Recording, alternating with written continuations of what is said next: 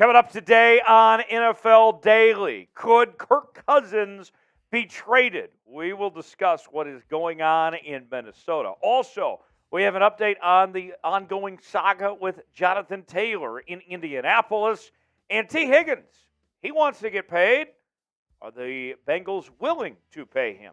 We'll discuss that coming up in a matter of moments here on today's show. But first, a little challenge out there for our Chat Sports audience. I want you to sub to the channel for daily NFL news and rumors. We have live shows, Q&A mailbags, and more every single day here on NFL Daily. It's like it's the name of the show or something. I want to see, can we get 30 subscribers off today's video? If we can, we might be doing the Red Zone channel potentially this weekend. 30 subs off today's video. Let's see if we can make it happen. Subscribe for free today, and we'll get started.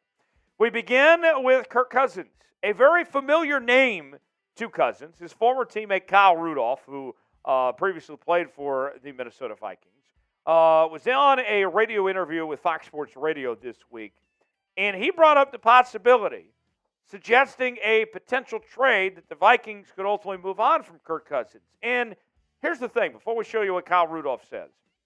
With where Cousins' contract is and where the Vikings are at right now, it's almost a foregone conclusion to this point that Cousins isn't coming back to Minnesota next year.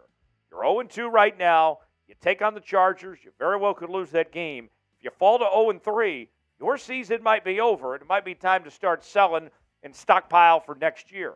More from Rudolph on the situation. I think it's worth a conversation. Kirk Cousins was brought to Minnesota to get them over the hump to win a Super Bowl coming off an NFC Championship game loss. The quarterback was supposed to be the missing piece that put a super talented roster over the top to win a championship.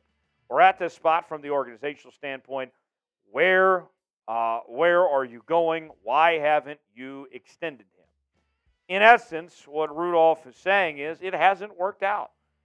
Cousins is a decent quarterback. I think he's probably a top 10, top 12 QB, but they haven't had the results to justify everything they're paying him, and it might be time to start looking towards the future and tanking or whatever it may be to go find your next young quarterback. The Vikings don't win this week. The season is over at this point. And it will be time to start getting ready for the post-Kirk Cousins era at this point. That's what you have to look forward to. If you fall 0-3, you're done.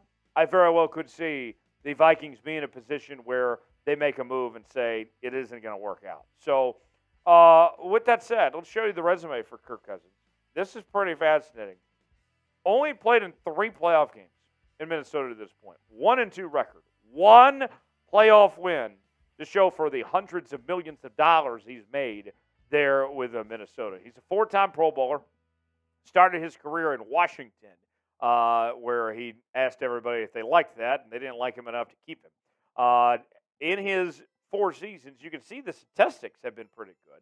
No one's doubting what Kirk Cousins has done when it comes to putting numbers up. That's never been the issue. It's winning football games.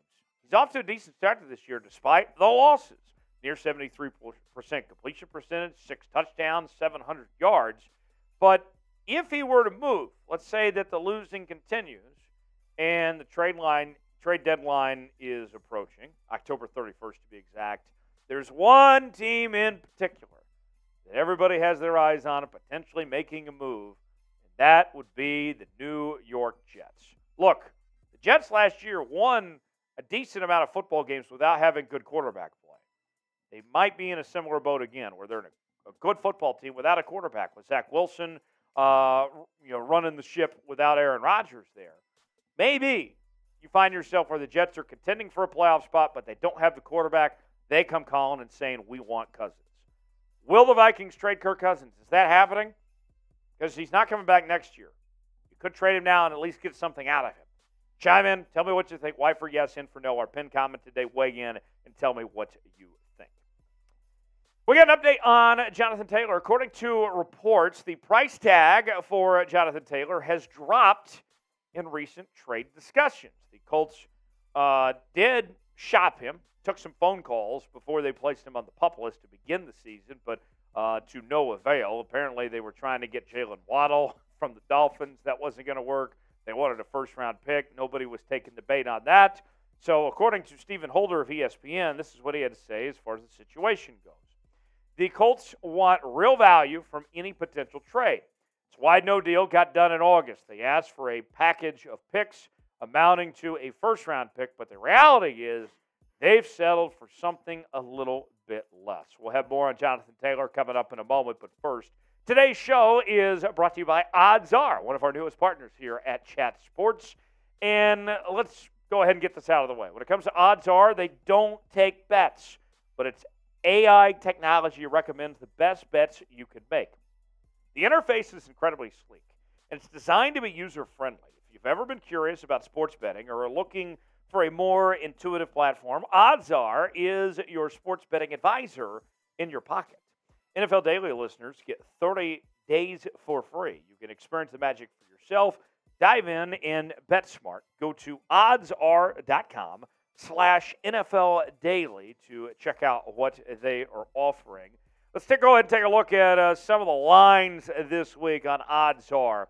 And what you want to look for on Odds Are is the green values. Green means go, red stay away from. And in particular tonight, Odds Are seems to like the idea of the Giants as a 10-point underdog.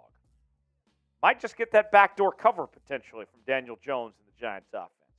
Other odds that they like, the under in the Titans and Browns game. Titans offense isn't as great as I thought it would be. Under, that could be a very good play, 39.5. And then you got the Steelers and Raiders coming up on Sunday Night Football this week. The over at 43 looks to be the play that Odds Are is recommending. I don't like the Raiders' defense, so that could potentially make sense for the over to hit on that. Luck is not strategy. Odds Are is the place to check out all the best bets. And you can download the app. Terms and conditions do apply. Sign up now. oddsr.com/NFL Daily for a 30-day free trial. Back to Jonathan Taylor we go. And here's the deal. Bottom line is this when it comes to Jonathan Taylor. He does not want to be there. He has made that very known and clear, and you can't blame him for how dysfunctional that organization has been, having the worst ownership in the National Football League. If I'm the Indianapolis Colts, you don't want to pay him.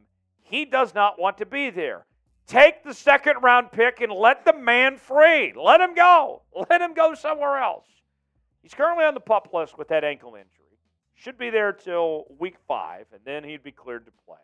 And all signs point to that Jonathan Taylor is going to be fine, and he'll be medically cleared off that PUP list here soon. Pro Bowler, first-team All-Pro, led the league in rushing and in rushing touchdowns back in 2021. A special talent as good as any running back in football right now. Now, one team I'm watching for a potential move is still the Cleveland Browns. I know they just got through adding Kareem Hunt, but we told you in this very program just a couple weeks ago, the Browns were hesitant on adding Kareem Hunt before the Nick Chubb injury because they felt like that he had lost his step, that he wasn't the running back that he once was, that he's slowed down too much. And Kareem Hunt, in his entire time in Cleveland, has been a number 2 back. If you want Jonathan Taylor, adding Kareem Hunt shouldn't stop you from bringing in Jonathan Taylor. What are the chances the Colts trade Jonathan Taylor? Scale it for me 1 through 10 in the comment section. Chime in, tell us what you think the likelihood is that he gets moved. Lastly on today's show, speculation is heating up on the future of Tee Higgins. What is going to happen with his long-term plans? Does he get a new contract and stay in Cincinnati? Do they trade him? Does he get franchise tagged? What is going to happen with Tee Higgins? Well, here's an update from ESPN's Ben Baby on where things stand right now. Higgins did not receive a long-term deal this offseason. One seems to be unlikely. Cincinnati could be looking at giving Higgins a 1-year franchise tag for 2024 and exploring its options. The tag is projected at $23 million, according to OverTheCap.com. The Bengals could pay that amount to keep Higgins for 1 more year or see if they can find a team willing to trade for the top receiver. Now, one idea that we talked about earlier with Minnesota that I think applies here with Cincinnati as well is that Bengals very well could lose to the LA Rams on Monday Night Football. I don't think anybody would be shocked if they did because the Rams have played better than I think most people expected. And then that would put them at 0-3. At that point, season's over for the Bengals too. Even with Joe Burrow and everything, I think they fall 0-3. They're probably going to sit Joe Burrow, let him get healthy, and then you probably trade Tee Higgins to a contending team and go get a lot out of him. I mean, a guy that's just now entering his prime, you could probably get a first, a second, and a fourth for Tee Higgins right now. That's a lot, but you can probably get somewhere to that extent in a trade. So for me, that's what I'm looking at is Tee Higgins with the numbers that he's put up already with 3 seasons of over 900 yards and at least 6 touchdowns. Tee Higgins, I think, it's all contingent basically on how the game goes on Monday night. If they lose, Tee Higgins, I think, is going to be gone before the trade deadline. Predicted for me, the Bengals will trade Tee Higgins at the trade deadline. What do you think? T for true, F for false. What is going to happen with Tee Higgins at the deadline? Weigh in. Tell us what you think. Subscribe to NFL Daily by Chat Sports for ongoing NFL coverage across the National Football League. We got you covered. Thanks for hanging out with us. We'll see you next time here on NFL Daily.